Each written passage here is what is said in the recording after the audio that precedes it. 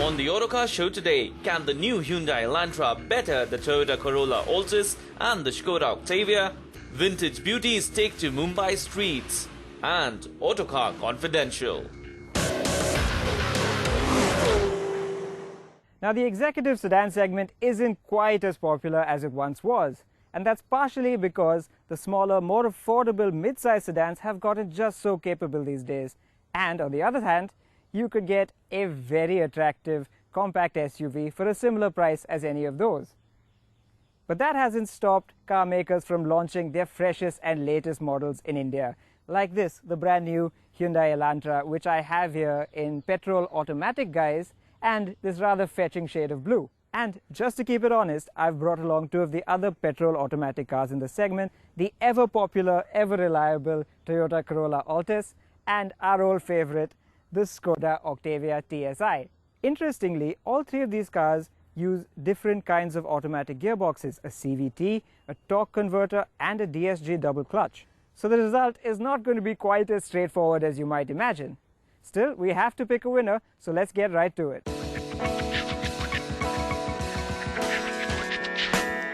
A quick word on the styling, and really it's all down to what you want your executive sedan to look like. The new Elantra carries over its predecessor's basic sleek shape, but the details are all new, like the hexagonal grille, slim tail lamps and the smart new alloy wheels. It's more mature looking than before, but it's still the sportiest of this lot. The Corolla Altis does have a few bits of flair too, what with its big chrome grille and raked back headlamps, but overall it's an odd mix of aggression and restraint. The Octavia is restrained too, but consistently so. It's neat like a sharp suit and will appeal to those who prefer that certain European subtlety. Whatever you make of the looks, it's arguably the experience from the driver's seat that will be a big part of the buying decision with these cars. So, let's check them out, starting with the newest one.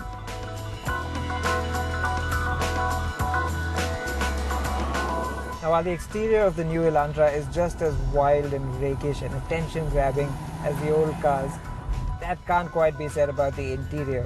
Gone is the old V-shaped, vertically aligned dashboard with its angular AC vents, and in its place is a rather staid and European-looking, horizontally aligned dashboard. Quality, however, has taken a huge leap forward, and it's no longer at the same level as lesser Hyundais. It's in a league of its own.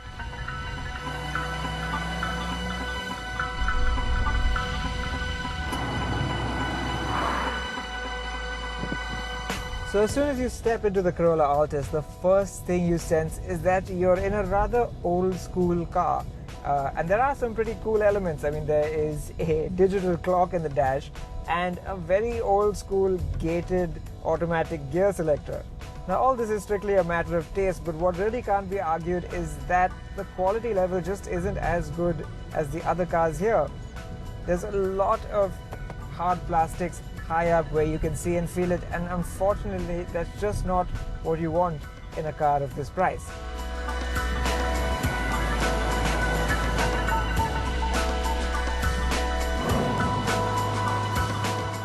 Now, the Skoda's dash might not be as interesting to look at as the other two, but you cannot fault it on the sensation of quality and luxury that it just exudes so well. The leather feels soft, the switches operate really crisply, and all things considered, this one gets you closest to feeling like you're in a proper luxury car. So all these cars have their own take on the executive interior, but they are petrol automatics and will likely be owner driven. So let's dive straight into the performance.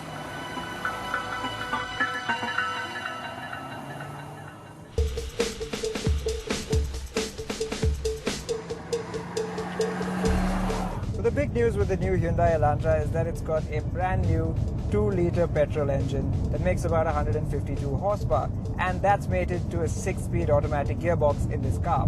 So first impressions of this powertrain are rather good. When you start up, set off, and as long as you aren't driving in a very hurried manner, this engine is smooth, it's refined, and it makes pretty good progress.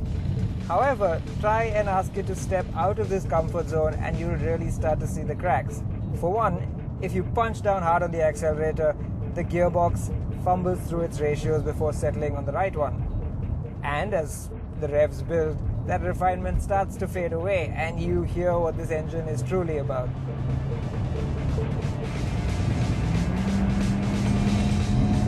What is quite interesting though is that this engine comes with 3 driving modes. The sport mode does what you might imagine. It livens up the engine and the gearbox. And that's great if you want to go fast. Now the normal driving mode is a happy compromise between both, but it still feels a little bit too high-strung and a little bit too unrefined. In the city and in traffic, Eco mode is the most refined, the shifts are the smoothest, and frankly the one you want to be in.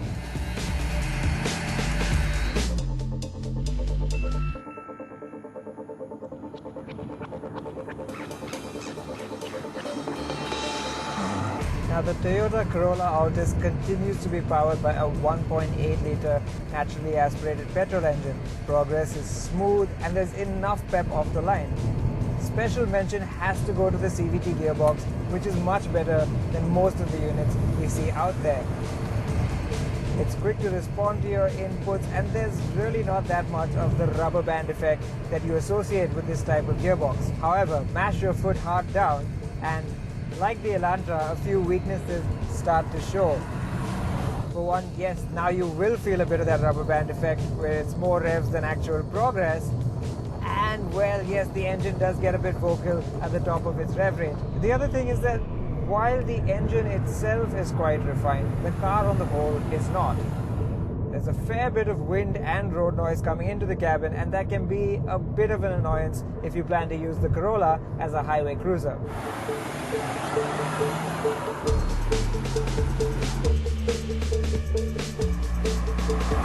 Now I'm at the wheel of the Skoda Octavia 1.8 TSI, and oh my gosh, I had forgotten how quick this car is. It's powered by a 1.8-litre turbocharged direct injection petrol engine that's mated to a 7-speed dual-clutch automatic gearbox. The result of that is 180 horsepower and 250 Nm of torque, which is a fair bit more than what either of the other two make.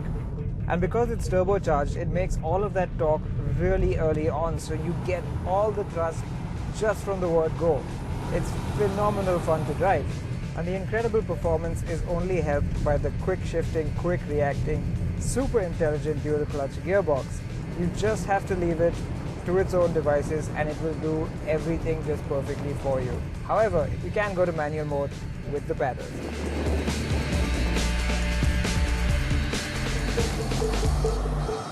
But what good is a strong engine if it doesn't have the chassis to match, right? And this is where the previous Elantra wasn't all that great.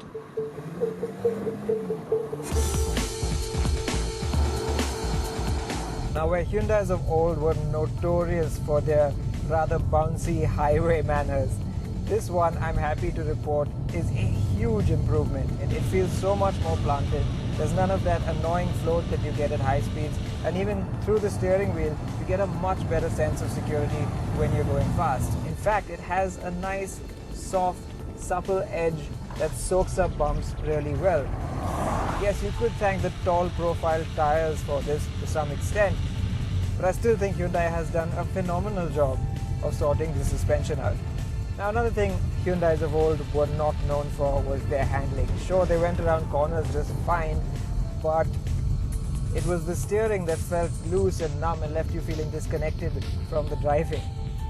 And I'm happy to say, once again, they've done a much better job with this new Hyundai Elantra. Yes, it's still not the class best, but it feels a lot more connected to the front wheels, a lot more weighted, and it just gives you a much better feeling of security when you're pushing it around corners, and that is a revelation in a Hyundai.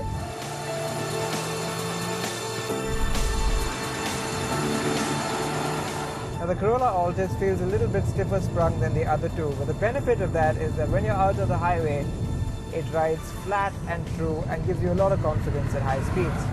On the flip side, what doesn't give you a lot of confidence is the steering, which doesn't weigh up as nicely as you would have liked at higher speeds. Now, at lower speeds, the Corolla's slightly firmer suspension can be felt.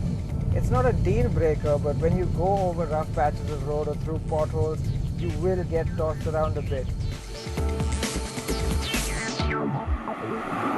Now while the steering of the Corolla is quick and accurate, once again it feels just a little bit too loose, and that kind of robs it of some fun and prevents it from being a truly good handling car.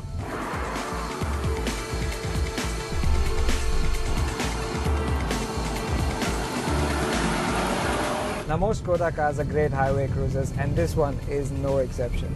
You will just love taking it out on long drives because of how smooth and flatly it rides at high speeds, and how refined the cabin is, and just how insulated you are from the outside world. Now if the Octavia rode well out on the highway, it's even better around town. It soaks up bumps and undulations really well, and you could even drive it through some bigger potholes without even the slightest of fuss.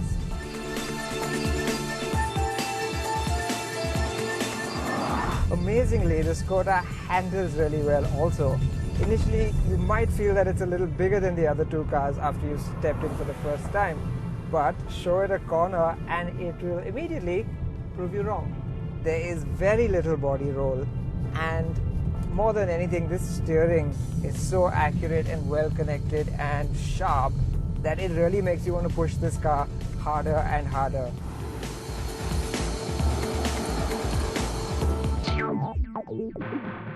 Fun as these petrol automatics are to drive, they are still executive sedans, so we do have to look at how good they are when you let the chauffeur take over. Now the back seat of the new Hyundai Elantra is really rather good. I mean, the seat is quite comfortable, it's very softly cushioned, and as you can see, I've got enough legroom, although headroom is a little on the short side. What is a bit of an issue is that because the cabin is all black and the windows are really narrow, you do feel a little bit hemmed in. Additionally, because the roofline is so low and the seat is also low, getting in and out of the back seat is a little bit more cumbersome. Now I'm in the Corolla Backseat, and as you can see, I've got plenty of legroom, pretty good thigh support, and lots of headroom as well. The better part is that I'm sat quite high up and the windows are big, so there's a good sense of airiness too. A bonus in this car is that the seat has a very slight recline function, so you can adjust it to suit your needs.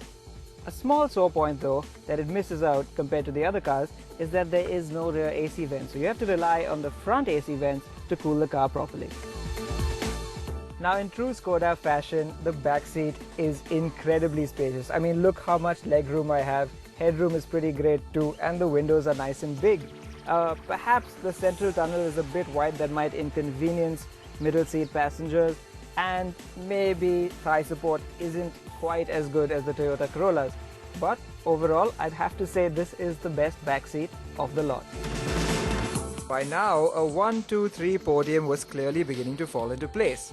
So, who do you think came out on top?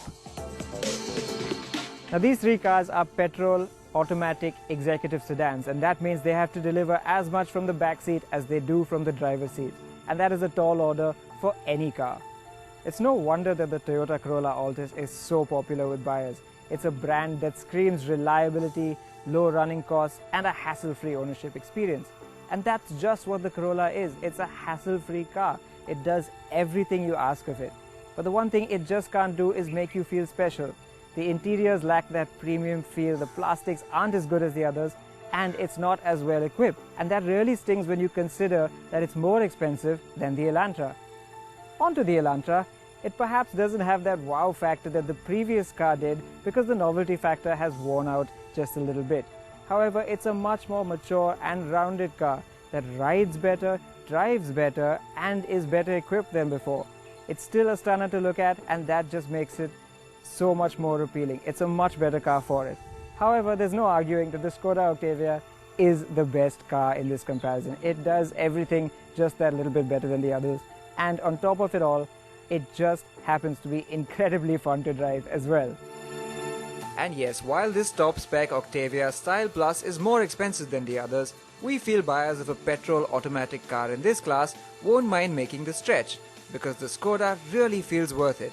And if price is really an issue to you, you could move to the lower Ambition Plus trim and not lose out on too much. To drive or to be driven in then, the Octavia TSI Auto is the best of this bunch.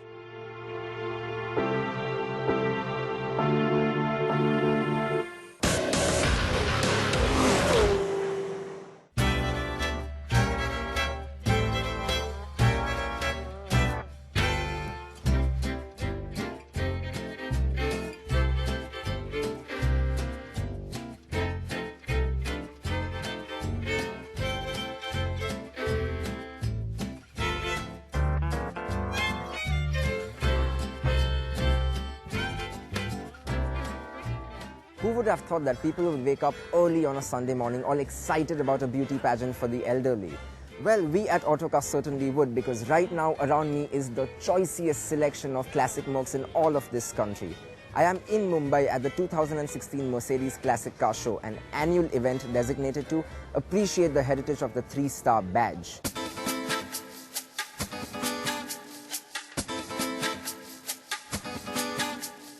This year promised to be bigger and better than ever before, with more than 100 classic beauties coming in from as far as Delhi, Bengaluru, Kutch, Chandigarh, Goa and Rajkot. The Mercs displayed here date back all the way to the 1920s, with the Nürburgring here being the oldest and frankly one of the grandest cars on display. We were lucky to find it abandoned in a mica mine in Jharkhand. This car was up for sale for many years, but the owner didn't have the heart to part with it. I quite understand why he didn't want to part with it. I think at some stage he had to part with it, and I think I was a lucky one. The three-pointed star is probably one of the most collectible marks in the world. And as I was saying, this was pagalpan more than passion. For collecting and maintaining cars like this, it's very important that, we have to be a little crazy and suffer from OCD, without which it's not possible to restore them to this level and keep them running in this condition. Any of our cars can do a round the country trip without preparation. Other showstoppers included the 300 Adenauer limousine and the 170V Roadster. When we bought the car, we didn't know what it looked like, because everything, even the mudguards, the doors, everything was open. Even the engine was not. It was inside the compartment. The bonnet, we didn't know what was the shape of the car. We took it in a scrap condition for 15,000 rupees that time. Like, we got a workshop, so we just took it and kept it in place. Gradually we built it up, and then we came to know after almost 3 years that this is a Merc and this is the shape of the car. Followed by this 500k back from the 1930s. We had the pleasure of seeing Mr. Hormuzji Kama's 500k Mercedes, which was something very unusual, because only 6 of these cars came to India, and this is one of them, and surviving and driving very well, because I asked Hormuzji, he said it's running absolutely fine, which is a rare thing to find a 500k in India running so fine amongst the AMGs. If you are not bothered about dents and scratches, they are very easy to maintain. To be very blunt and honest, to me a car is a car. So it's meant to be used, and it's a car, it's nothing else.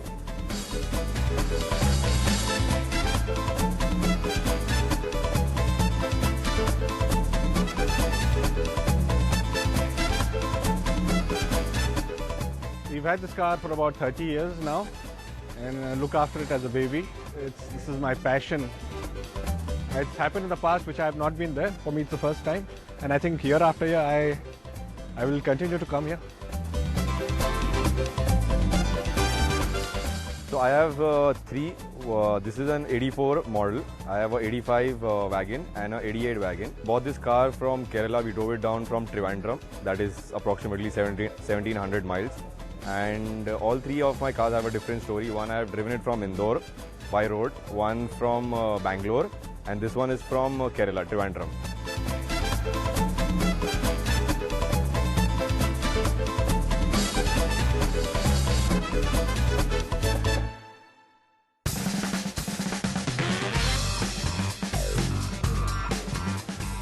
After a few hours of soaking up the early morning sun, the parade of classic Mercs took to the seaside boulevards of Mumbai, stopping many passers-by in their tracks.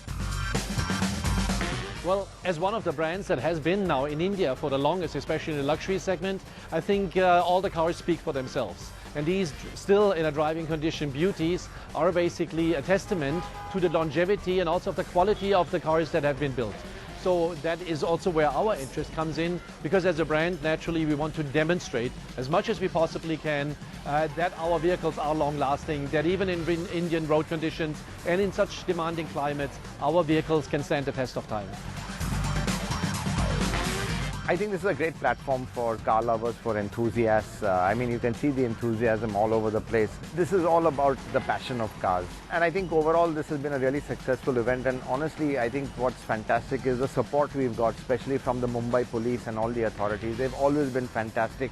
In fact, even they've really been so enthusiastic about this event. Really all the traffic arrangements, all the bandobast that was done, really superb, and it's just given, you know, the people of Mumbai just a wonderful Sunday morning.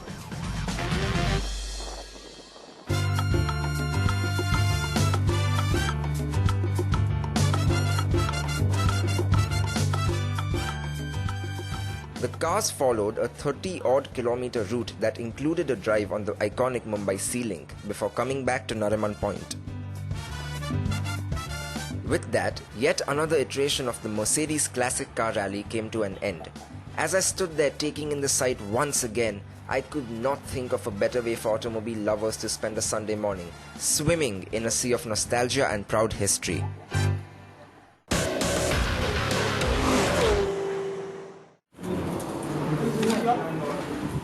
Hello and welcome to Autocar Confidential, which is that part of the show where we give you a tidbit from the auto industry you probably haven't heard before. Now what we've heard is that the Hyundai Eon is going under the knife. Yes, the Eon is going to get a facelift sometime next year. There are going to be minor styling tweaks, not too much, but the big news is the interior. Now the Eon's interiors were good to begin with, but what it lacked is a touchscreen. Yes, after the Renault Kwid made a touchscreen almost mandatory for any car, the Eon 2 will be coming with a touchscreen, and that's really the big news. There's also going to be other little refreshes.